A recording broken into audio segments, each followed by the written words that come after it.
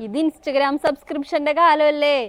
President Droupadi Murmu സബ്സ്ക്രിപ്ഷനിലൂടെ nudity കാണിക്കുന്നവർക്കും ഇത്തരം വീഡിയോസ് ഇടുന്നവർക്കെതിരെ ആക്ഷൻ എടുക്കുമെന്നും അവരുടെ അക്കൗണ്ടൊക്കെ ഡിലീറ്റ് ചെയ്യിപ്പിക്കുമെന്നും പറഞ്ഞിട്ട് ഒരു പോസ്റ്റ് ഇൻസ്റ്റഗ്രാമിൽ കിടന്ന് കറങ്ങാന്ന് പറഞ്ഞിട്ട് കാലം കുറച്ചായി. ഇതിനെപ്പറ്റി കുറെ പേര് പറഞ്ഞത് കേട്ടിട്ടുണ്ടെങ്കിലും ഇന്നാണ് ഒരു വക്കീൽ ഇതിനെപ്പറ്റി ആധികാരികമായി സംസാരിക്കുന്നത് എന്റെ ശ്രദ്ധയപ്പെട്ടത്.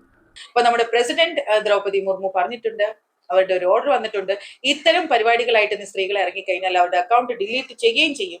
അതുമാത്രമല്ല, അവരുടെ എതിരെ ഇനി കംപ്ലൈന്റും ഫയൽ ചെയ്യും, FIR ഇടാൻ ഇനി പറഞ്ഞിട്ടുണ്ട്. കേട്ടല്ലോ, ഇങ്ങനൊരു പ്രസ്താവന ദ്രൗപദി മുർമുവിന്റെ ഭാഗത്തുനിന്ന് ഉണ്ടായിട്ടില്ല. ഒരു പ്രസിഡന്റിന്റെ സ്റ്റേറ്റ്മെന്റ് അല്ലേ ഇത്?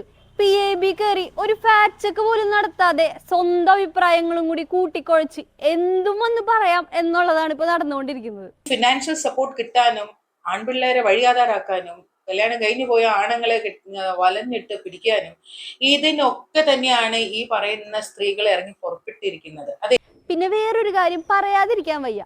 ഇൻസ്റ്റഗ്രാം സബ്സ്ക്രിപ്ഷൻസ് വഴി ആയിക്കോട്ടെ, വേറെ ഏത് തരത്തിലായിക്കോട്ടെ, പെൺകുട്ടികൾ വീഡിയോസും ഫോട്ടോസും പോസ്റ്റ് ചെയ്യണത് ആൺകുട്ടികളെ വശീകരിക്കാനാന്ന് പറയുന്ന ആ ഒരു ചിന്താഗതി ഉണ്ടല്ലോ, അതിനോട് തീരെ യോജിക്കാൻ പറ്റില്ല.